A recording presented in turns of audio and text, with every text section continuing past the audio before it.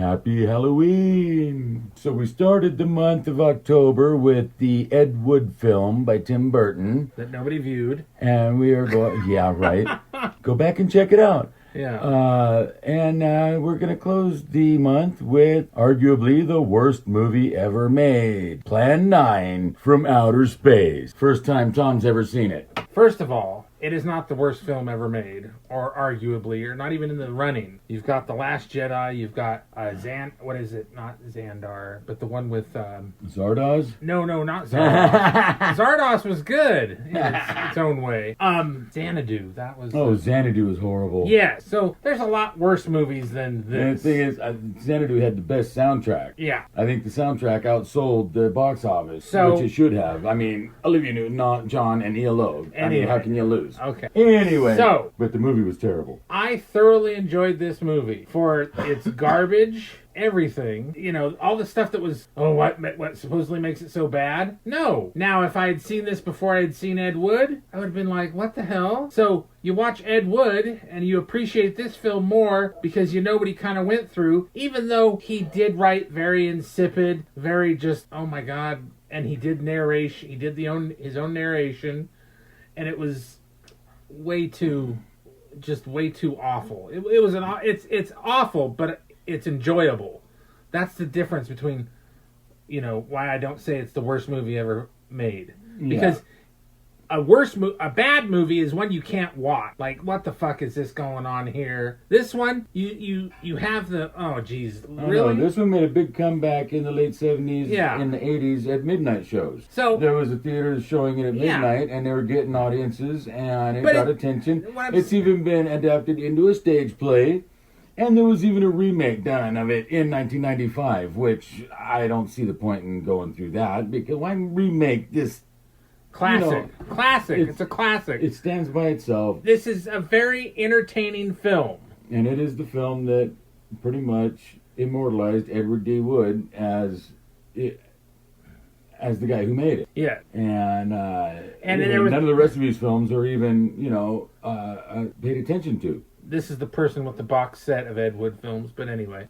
There was a lot more. There was a lot more. Well, I got that after I saw the Ed Wood movie, because I was interested in some of his other work. There was a lot more of Bela Lugosi in the film than Just that one scene, right. than was what was portrayed in So Ed Wood. Clearly there was some footage taken of him that was never used. Yeah. And he was in a Dracula vampire outfit, at the graveyard. And Dracula vampire. Yes, the Dracula. Which- With the Montel Williams pendant. Well, Yes. yeah, the pendant and everything. He was Yeah, he was in a full-blown Dracula suit. Yeah, it was probably his from For the movie. whatever reason, Yeah. for whatever film that was, And I gotta say, in the Ed Wood film, when Whatchtrigger Horseface is spraying those paper plate for the UFOs, yeah, UFOs are made from paper plates. but yeah. that was chrome paint. You could tell But they look quite different in the movie Yes. than they did in the Ed Wood film. Yes, they looked really. They didn't look so much like paper So plates, hokum. spray painted Yeah. silver.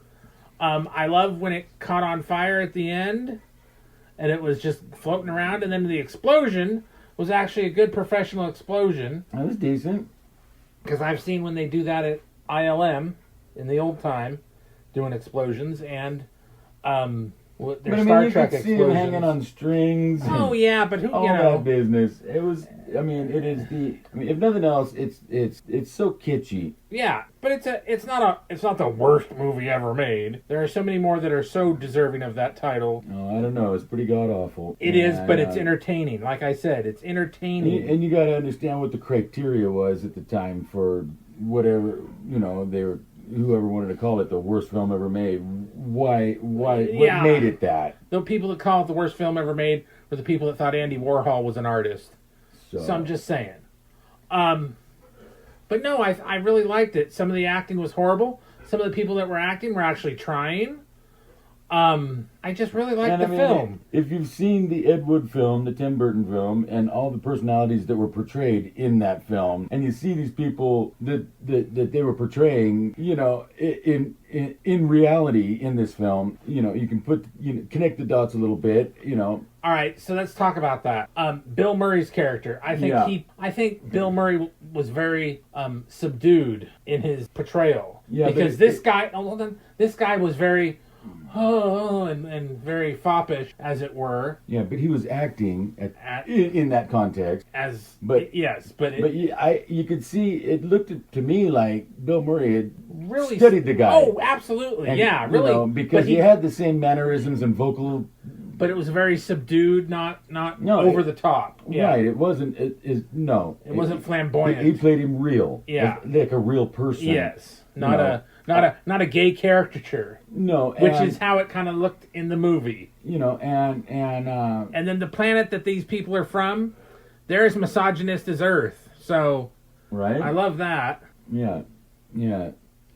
What do you say? Their women are there for the advancement of their species. Something along that line. Yeah. Anyway, what else? The narration, though, dude. The narration. And the opening and closing with Criswell. Oh, that was. I mean, that. Perfect. Because if that's the start of your movie, you got to start with a bang, and there it was. Right.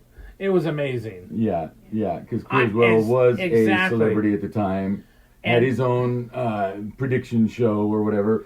And, Vampira was who she was at the time. She was a TV personality. She was a train wreck. I think she was a local personality. She wasn't, nationwide. No. But I think when the movie started with Criswell, I was like, oh, this is going to be good. And it didn't disappoint through the whole thing. Sure, there's hokum this and wonky that, but it was enjoyable. You want to sit down and watch a movie to enjoy it, not be... It does make you laugh many times. I mean... Or you just go, oh my God, they said that, or oh my God, they did that. Oh, Jesus, really? Yeah, and then I love the night shots, and then the next shot is a day the shot. Editing is just the most horrible. And I love it. So I'm going to Which say... I think is criteria for the worst movie ever made. No.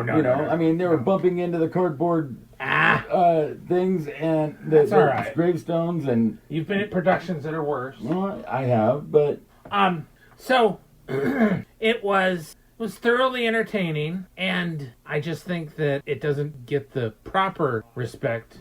It gets a different kind of, oh, we gotta see it because it's bad. It's actually an entertaining film. I don't think it's that, because why else would it have been so popular at midnight for so long? I'm just saying.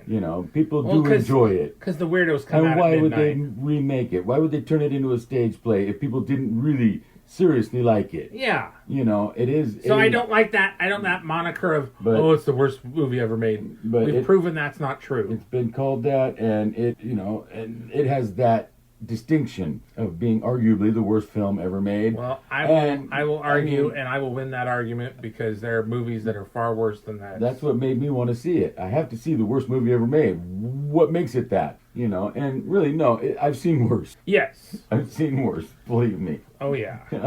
But it is what it is. It's Plan 9 from Outer Space, man. It was Ed Wood's crowning achievement. Right? And if you've seen any of his other films, you can see why. Wow. So I guess we will, because he has the box set. So yeah, I got Bride of the Monster. I got Glen or Glenda. I got even Jailbait, which has the distinction of being Steve Reeves' first film before he did Hercules.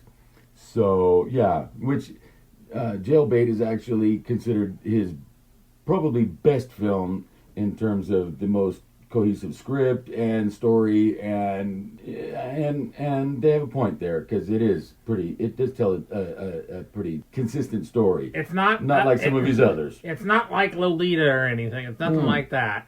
No, Jailbait does not mean a teenage temptress that will get you put in jail.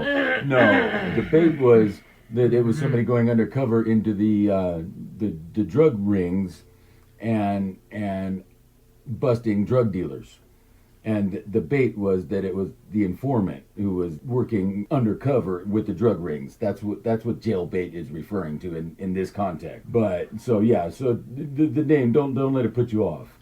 So with that, highly recommend that you need to at least see this once, if not make it a seasonal thing on Halloween or during October. At least come back to it at least once a year. Heck yeah. Make it a tradition. So happy Halloween. Go get that candy. Go get that grub. And get your friends together. Make a watch party out of it. Absolutely. Don't watch it by yourself, because it's not the same experience at all. It's a community experience. Yeah. Leave a comment, like, share, and subscribe.